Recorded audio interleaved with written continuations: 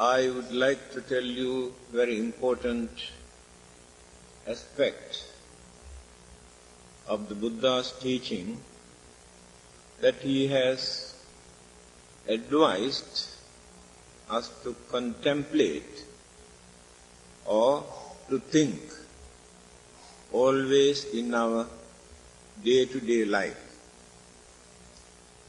Because many of our worries, disappointment, frustrations, unhappiness, we maintain due to lack of concentration of these kind of advices given by the Buddha. We create our own imagination when the thing goes against our wish or our will,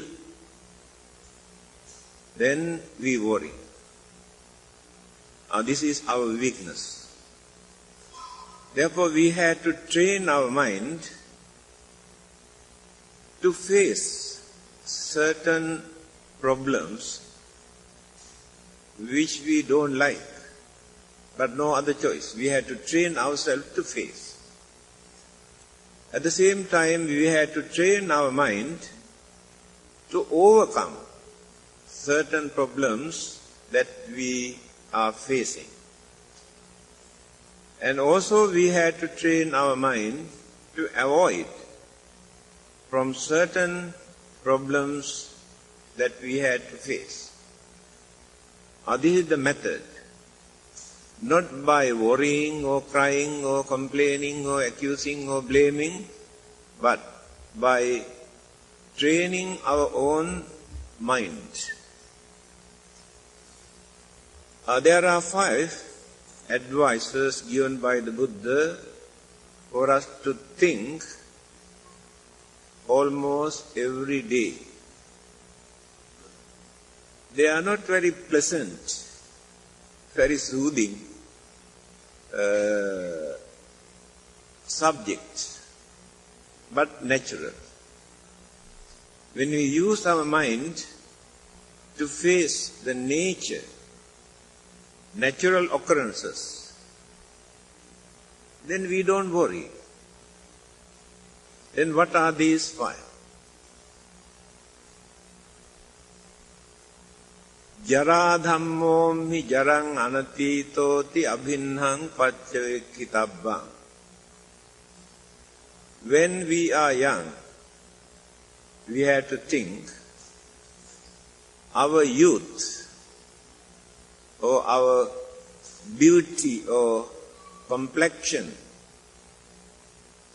never remain forever without changing. This beauty, this complexion, this youth, subject to change. Therefore, slowly, we are going on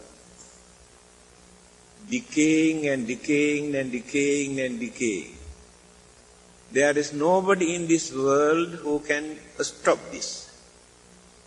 Whatever precaution we take, there is no method for us to stop.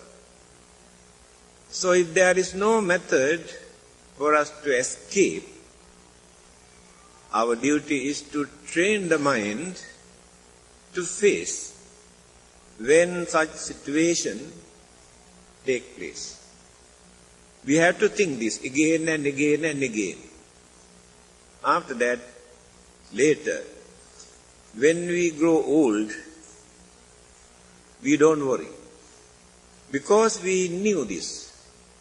We train our mind knowing that old age come to us and we have to face it. So without worrying, we face it, we take it. This is the first advice. Second advice is, Vyādhi dhammo mi vyādhiṃ anatitoti abhinhang paccavekkhitabbang. Although I am healthy, but life is uncertain. changes can take place at any time. Sicknesses may appear at any time. There is no age limit for sicknesses, whether we are young or old. Because the formations of this physical body is such that the elements and the energies that function in this body, there will be a lot of imbalance, disagreement, clashes, then the sicknesses appear. That is the uncertainty in our physical body. Even the Arahantas and the Buddhas' physical body is also not free from old age and sicknesses. The Buddha had to face 12 kinds of sicknesses. Some of them were very serious. Finally, he passed away at the age of 80 because of severe stomach complaint. Could not stop it. If the Buddha's physical body is such, because his mind is so pure, so holy, so enlightened, even then the body is not holy, not enlightened, not sacred. The body is subject to old age and sicknesses. When he was about 80 years old, he showed his physical body to his disciples. Look at my body now. You have seen me for the last 30 to 40 years. At that time you have seen the golden color, complexion in my skin, my body. And look at my body now. Wrinkle all over my body. Then he said, my body is just like a rotten bullock cart. Because those days no motor cars. So he used worn out bullock cart. Very difficult to move. He says, I am very tired. I want to sit down. I am thirsty. I want to drink some water. This is the physical body of the Buddha. So what about us? So we have to think. No one is free from old age and sicknesses. We cannot choose sicknesses. It depends on the elements, the energies of the physical body. At the same time, mind also creates so many sicknesses. More sicknesses created by the mind, not by the element. When we maintain some sort of frustration, worries, fear, tension, suspicion, insecurity feeling, these mental forces later turn into some sicknesses. Either in the brain cells, or in the nervous system, or in the glands, or in the blood circulation, or various organs of the body or the stomach. Immediately create some sicknesses. So when we maintain healthy mind without taking things so seriously into our mind, we can avoid certain sicknesses. But in the case of the Buddhas and Arahantas, their sicknesses were not created by the mind, only physical disorder. At the same time, the Buddha also mentioned Kamma vipakaja abadha. We had to suffer from certain sicknesses due to certain bad deeds that we have committed during our previous birth. The Buddha had to face them. He pointed out.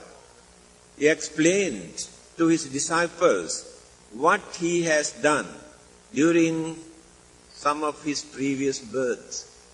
And today he says he is suffering from this particular sickness because of that bad deed that I have committed long ago. So do you think you are free from all those things? And we do not know what kind of bad deed that we have committed during our previous birth, but not yet paid. So, sicknesses occasionally disturb us due to the influence of our own bad karma. This is the formation, the situation of our physical body. So when such sicknesses come to us, worry does not help at all. When we worry about our sicknesses, we aggravate the sickness. When you stop worrying and maintain healthy mind, a strong mind, then you can suppress the sicknesses because of the mental energy. This is another advice given by the Buddha. When you are sick physically, don't allow your mind also to be sick. You can maintain healthy mind although physically you are sick. You can be cheerful, you can be happy, you can be with smiling face, without showing your sour face. Then that mental attitude support to reduce or not to aggravate the sickness. So healthy mind is very important. Then the third point is Marana Dhammo mi maranang anatitoti abhinnang paccavekhitabba. I am not free from death. No one is free from death. If there is birth, there must be death. If there is no death, there is no birth.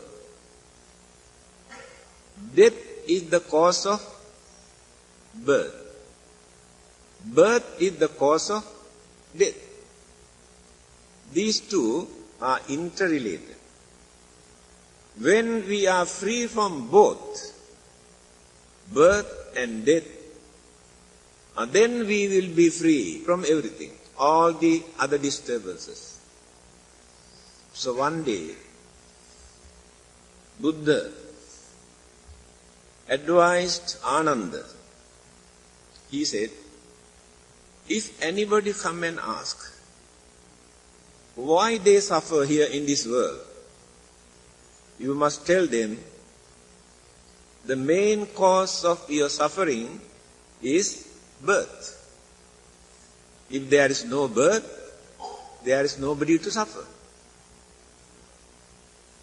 So, when you stop this birth, then we stop old age, we stop sicknesses, we stop death, we stop worrying, sufferings, everything. Just because we have very strong craving for existence, for becoming again, we develop our craving and attachment, then we had to suffer birth, old age, sicknesses, death. In between, worries, miseries, disappointment, unhappiness, disturbances. The whole life is nothing but full of disappointment, full of sufferings. How many times a day that you can maintain happiness in your life. Almost every day you are going on crying and worrying and grumbling, accusing, blaming, fighting, quarreling, arguing. All these are unpleasant situations. Even at home, amongst the parents and children, brothers and sisters, also the same situation. What about with the outsiders?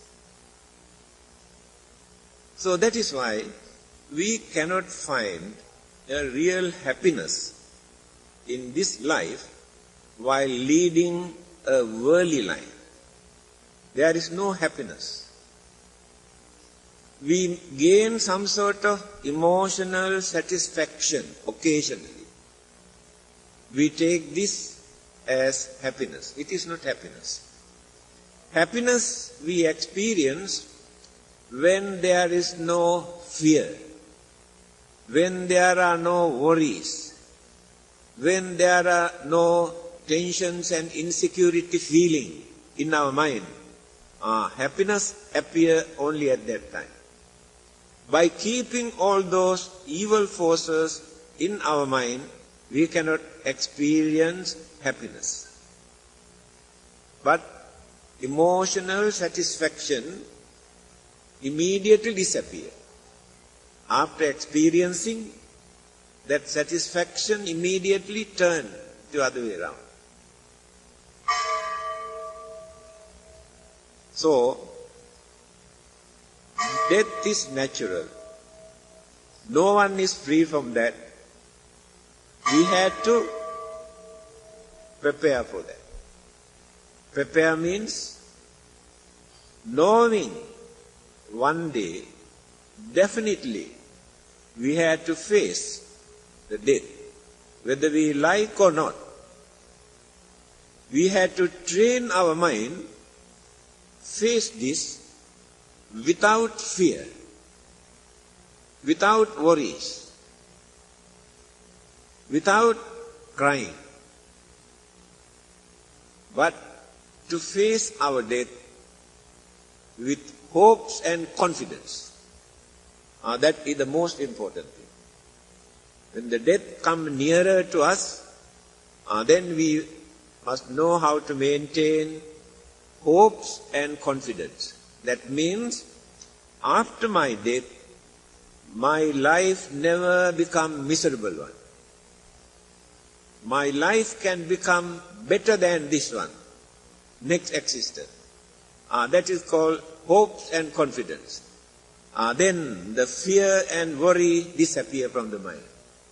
After that, you can face death with cheerfulness, because we know it is only changing our passport, renewal of our passport with new photos. Then why do we worry? If not changing old clothing and going to dress a new beautiful cloth. Death and birth is exactly like that. You throw away old clothing and get a new one, better one. That is called rebirth. So it is due to ignorance. Actually we worry. We are scared of death. Why do we worry actually? Not because of death. We are not willing to separate from our property, from our family members, from our beloved things that we like. That is why people don't like the death. Otherwise, death is not dangerous. So we had to train the mind, whether we are young or old, there is no age limit for the death. Death can come at any time. So we must be ready. When we are ready, we have no fear, we are not scared, then death becomes very natural, very common thing. After that, the setting sun here in this country become the rising sun from another country. It's exactly like this. In the evening we can see sun is setting. Sun disappeared. But the same sun appeared from another country. So the life, when it departed from here, exists again in another place. And that place can become miserable or pleasurable according to our way of life. That is why religion is needed here. For us to prepare for that next life, not to suffer, to have a peaceful life. Peaceful, contented, prosperous life. So religion tells us what to do for that. So we cannot prepare for the next life by earning, eating, dancing, enjoying, merrymaking. You cannot prepare anything. No doubt you can enjoy your life harmless way, respectable way. You can enjoy your life. At the same time, don't forget that there will be another life for you hereafter. You have to prepare for that. If you go there without preparing, what will happen? You have to suffer there. This you can understand very easily. In certain countries, millions of human beings are starving, dying without food. Millions of human beings are there without a piece of cloth to cover their nakedness.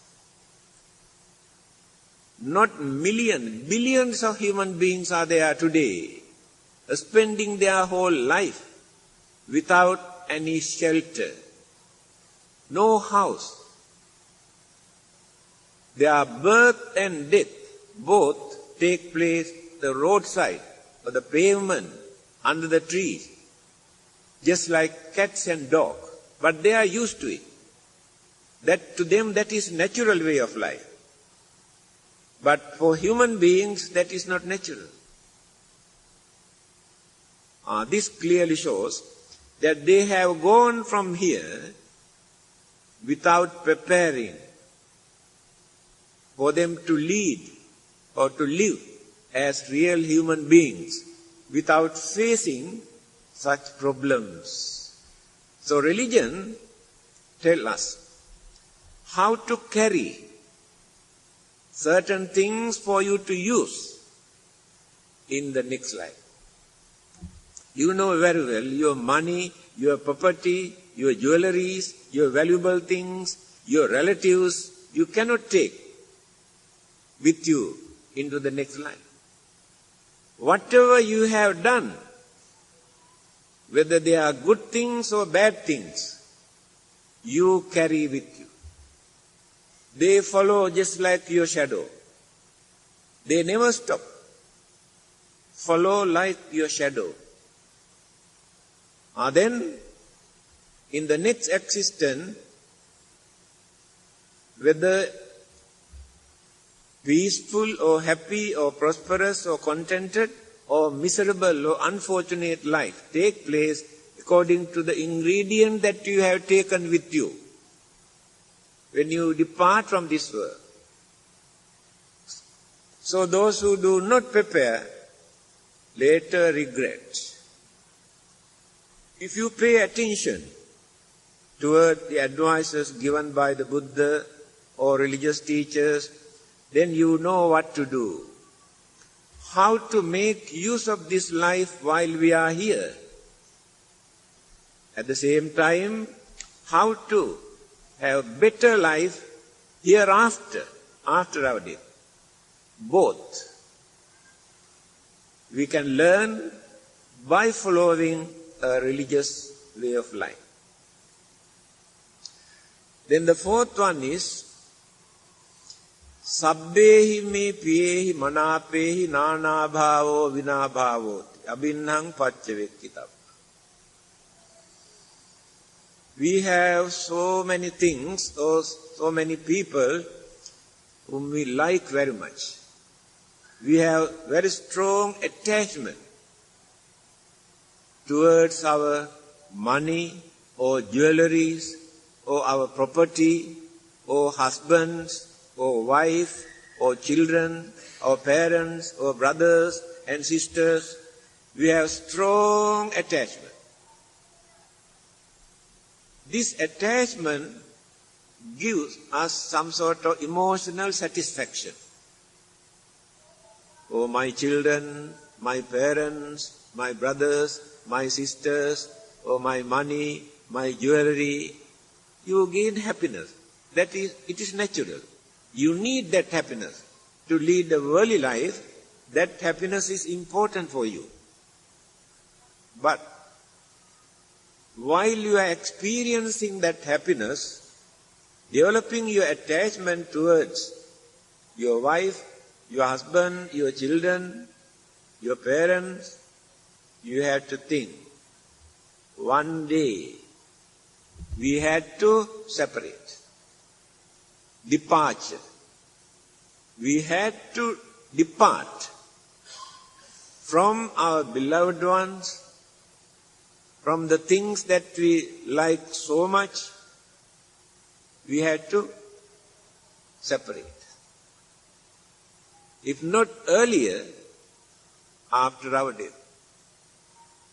Now we can see husband and wife spent very happy married life for a few years. After that, a lot of arguments, misunderstandings and quarrelings and fightings, and then decide to divorce, separate. Children, you bring them up, you pay your attention, you spend so much for them, but those children become very mischievous, never listen to parents, they run away from the parents, if not they go against the parents, then become nuisance to them. After that they get fed up, separate. If not, halfway, sudden death, unexpected death, either parents or children or brothers and sisters. Separate.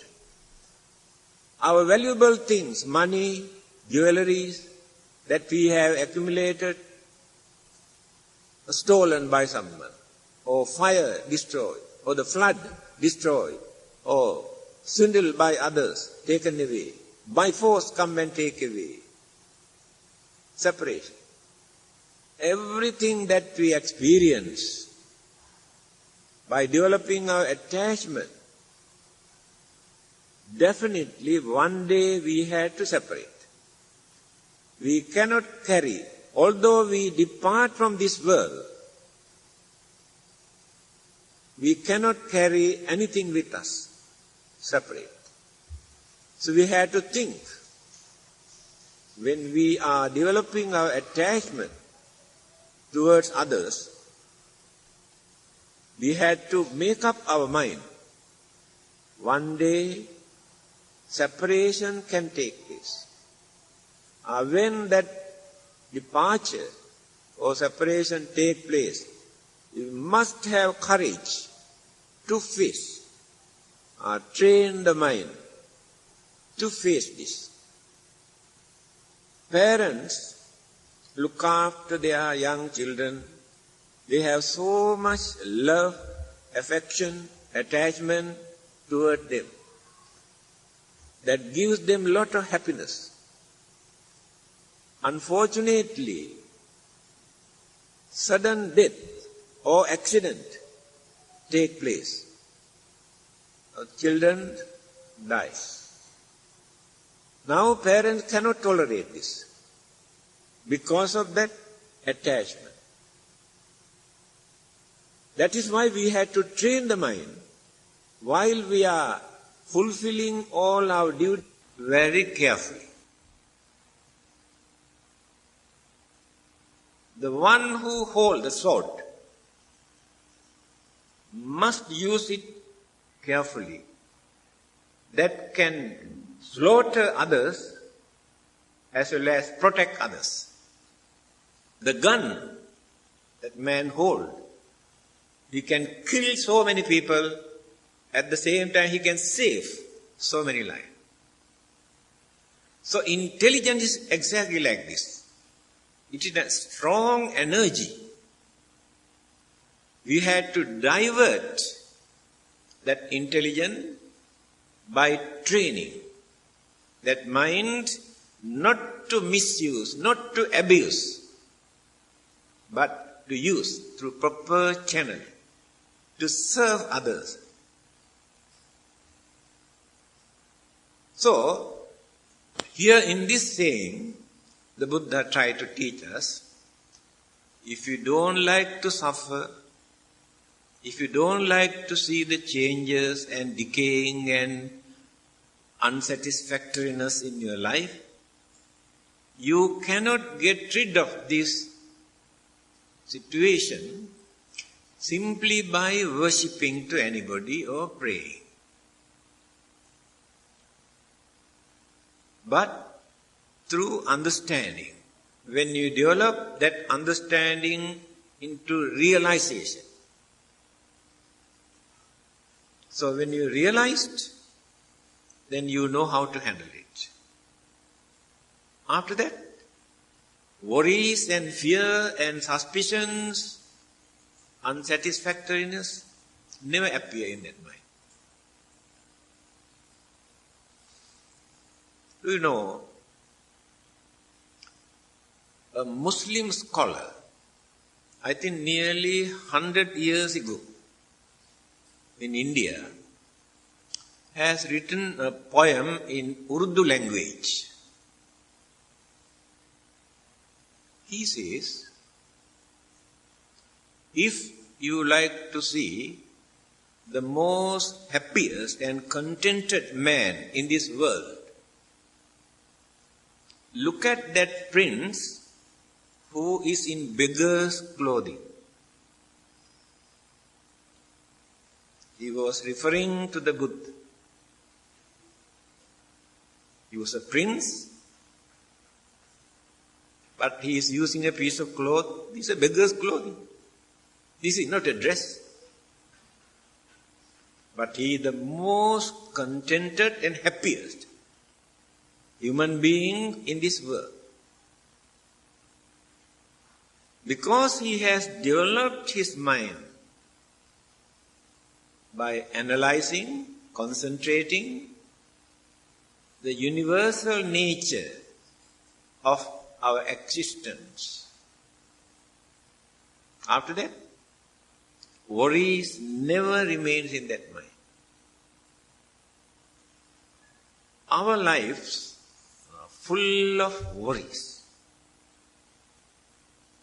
How many times a day you had to face enormous worries and disturbances because of your family, because of your husband, because of your wife, because of your job, your income and environment and your neighbors and country and the climate.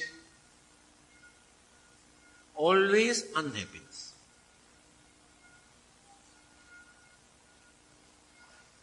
A well-known philosopher has written a poem in English. He said, if I analyze my whole life, how many years I have spent by worrying and crying and fightings and quarrelings and arguing and all these things.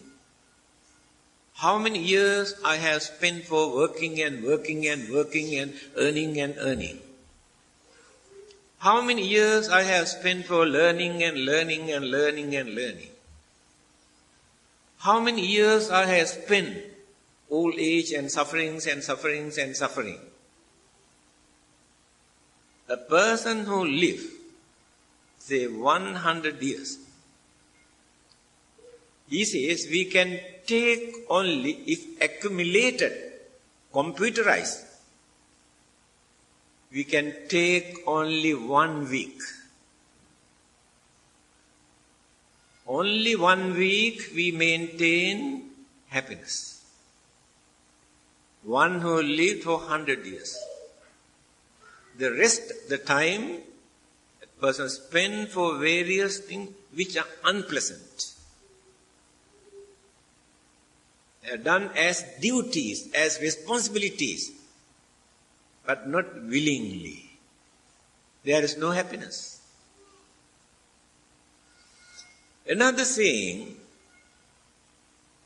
in Sanskrit language, a man who lives for 100 years, how many years he spent for sleeping? I think more than 40 years, day and night, spent for sleeping. How many years he or she spent as a child and for study? How many years that person spent as an old man and old lady by suffering? Cannot see, cannot hear, cannot talk, cannot walk, cannot think, and no memory, and cannot eat, cannot sleep. How many years? How many years that person spent working day and night for survival, to support others, commitments. How many years that person spent for arguing, quarreling, fighting with others?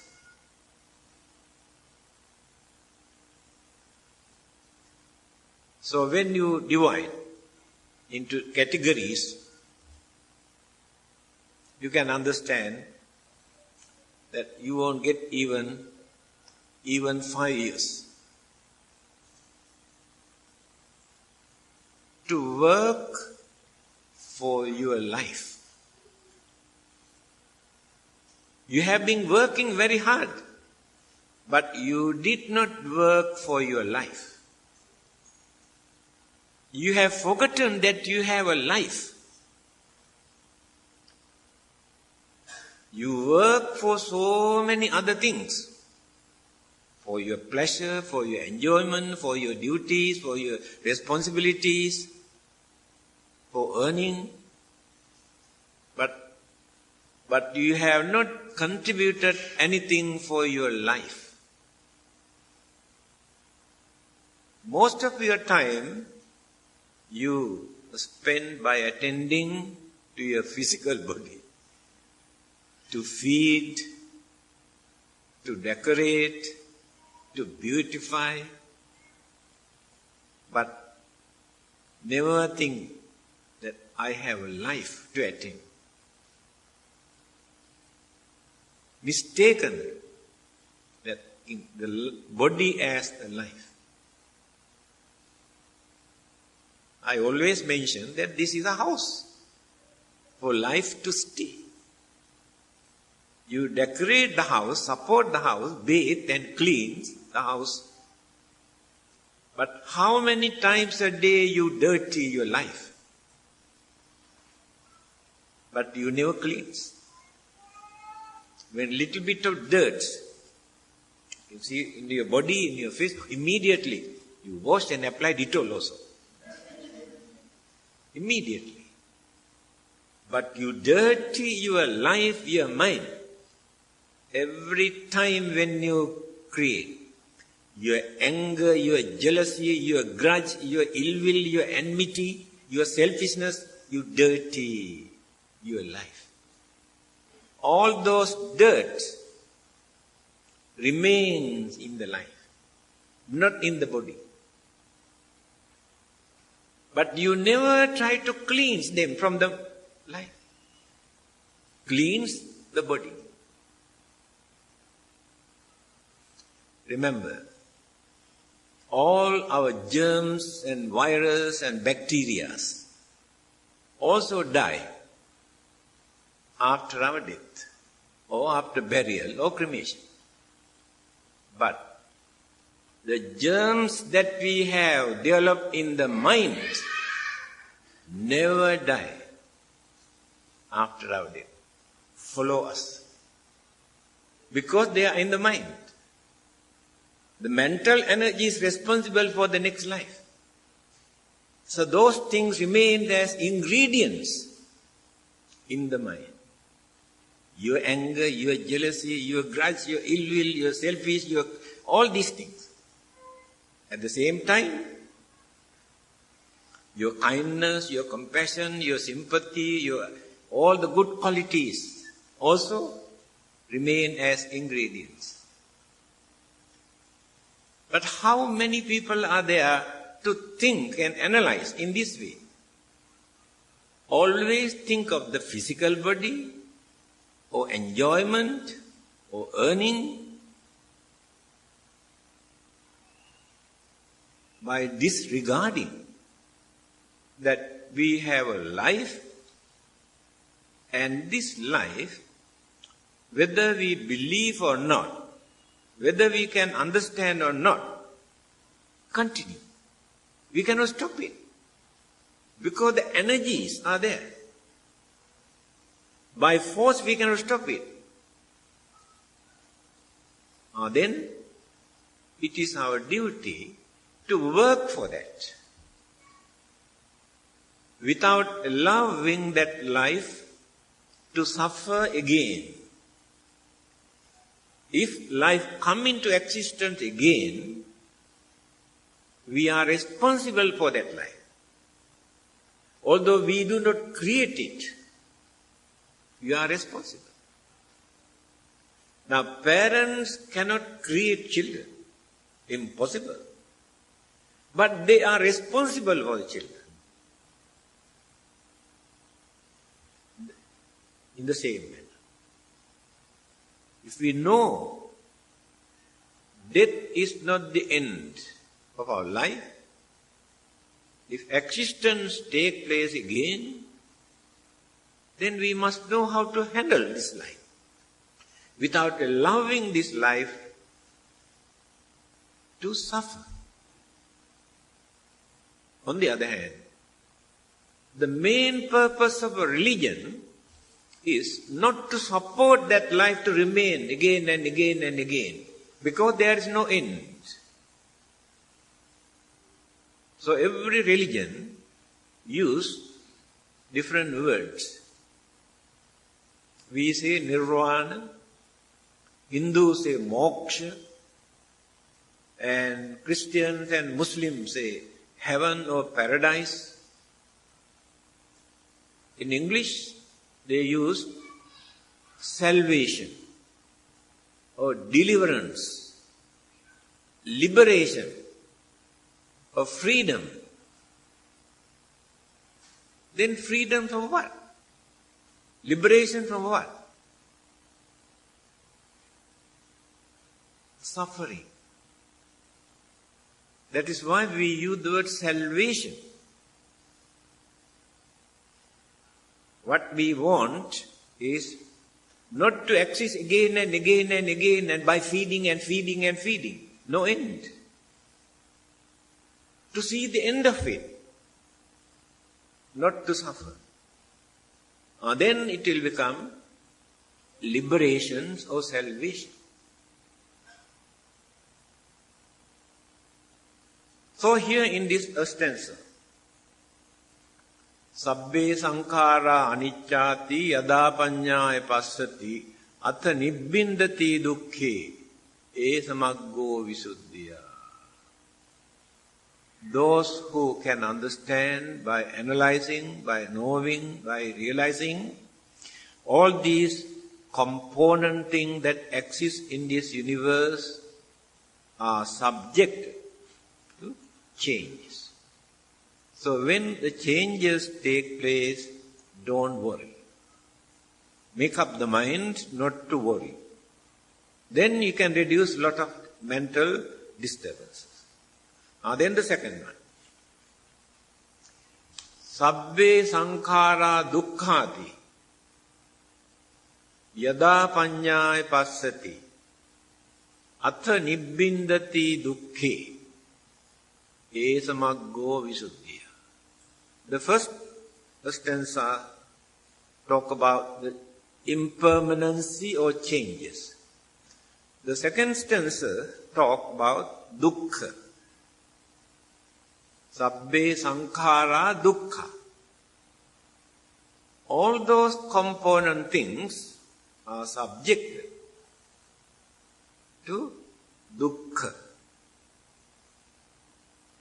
Then there are three kinds of dukkha we experience.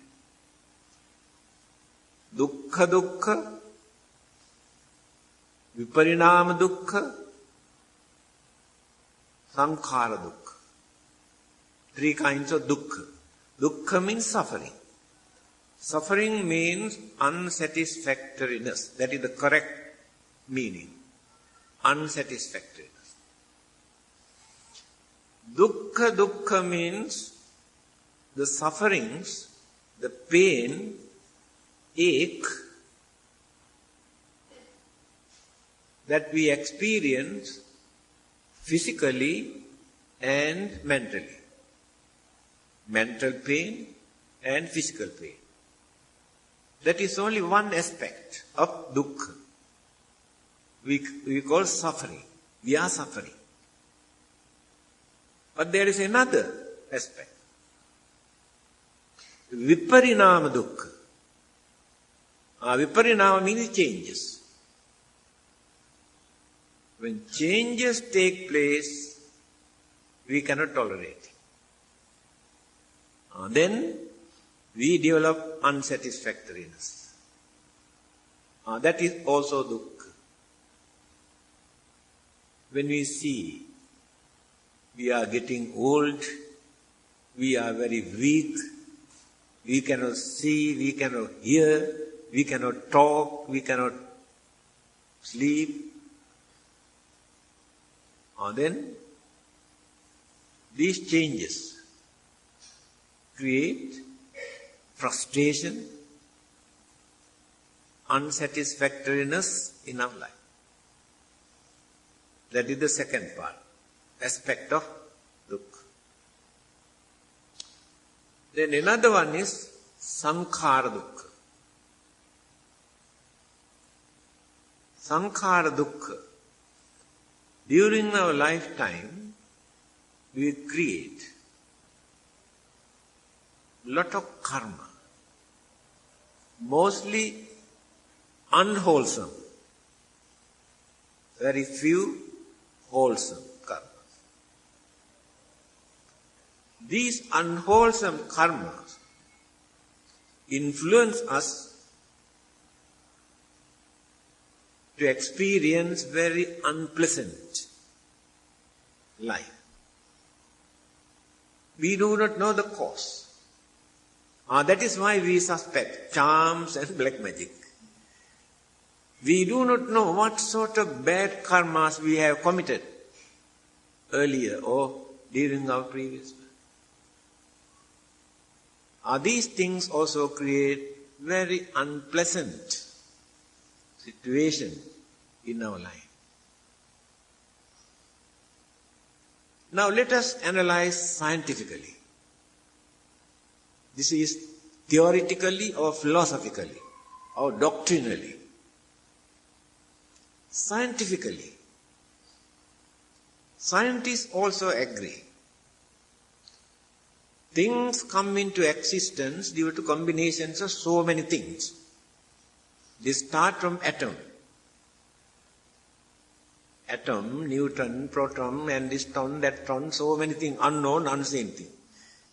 Beside all these things, when you analyze one element, or dust, in that dust, all these atom and electron, protons, all these things are there. Then turn into matters. matters or elements combine, accumulate, then there are binding factors, right? Like magnets. All the elements combine together. Binding factor is there. And the cosmic energies also support. So the element and cosmic energies are then the mental energy penetrate into this one. Then one big bundle. 4 elements, mental energies, 4 kinds of mental energies, and cosmic energies, known and unknown. After that, what happened? In this bundle, this is a bundle, all these elements, energies, exist because of the friction. If there is no friction, this thing cannot exist. Always going on like this. Friction. Friction, friction, friction, friction. Because of this friction, then the element or the energies sometimes get imbalance. When there is imbalance, then create sicknesses, pains, sufferings, and decaying also take place because of this friction. At the beginning, they are not noticeable. After middle age, only noticeable signs appear. Decaying, decaying, decaying. So the main cause is the friction. It is not created by God or devils or anybody. This is the nature of these elements and energies. So when they exist as a bundle, their friction, clashes, then create a lot of imbalance and disagreement. Then the mental energy and the element cannot agree. Element cannot agree with the mental energy. The mind wants to do something, the body cannot agree.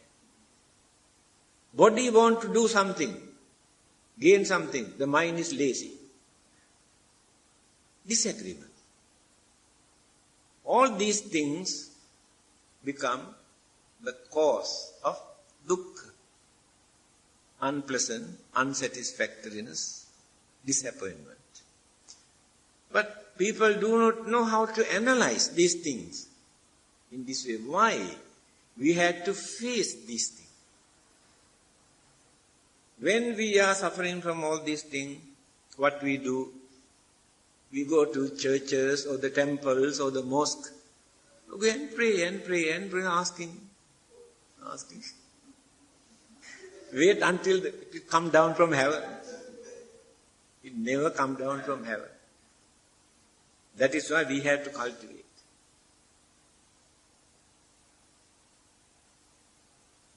All the other religions have come down from heaven. Buddhism is just like a rocket. Started from the earth, landed on the moon, gone upward. Buddhism never come down from heaven. The development, cultivation. Humans become divine. Cultivated up to divine level. Not from heaven, but from the earth. We develop and cultivate. So, this understanding, this analytical knowledge is the most important thing. If you don't like to suffer unnecessarily, worry for unnecessary things, fight with others for unnecessary things, create enmity for nothing, all these are our weaknesses. due to lack of understanding. So if we suffer in this world, it is due to our way of life, way of thinking. So we are responsible for that. When we create the atmosphere, outsiders also contribute for that. Then we blame them. We say, you are responsible. We never say, we are responsible. So if we are ready to accept that we are also responsible for all these problems that exist in this world, then we can settle many of our problems. Because of our strong egoism, very strong egoism we have, not ready to admit our weaknesses. When others pointed out our weaknesses, we get angry. Because of that egoism. Never say thank you for pointing out my weakness. You mind your own business, we say. That is egoism. We have to reduce all these things. Try to be humble as much as possible. Try to be simple as much as possible. Then we also get the chance to reduce most of our tensions and fears and worries and disturbance. Then the third one.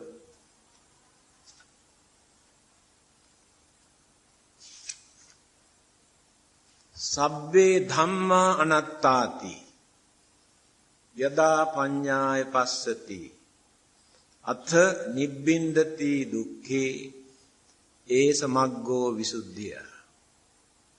The first two stanzas, the Buddha used the word sankhara.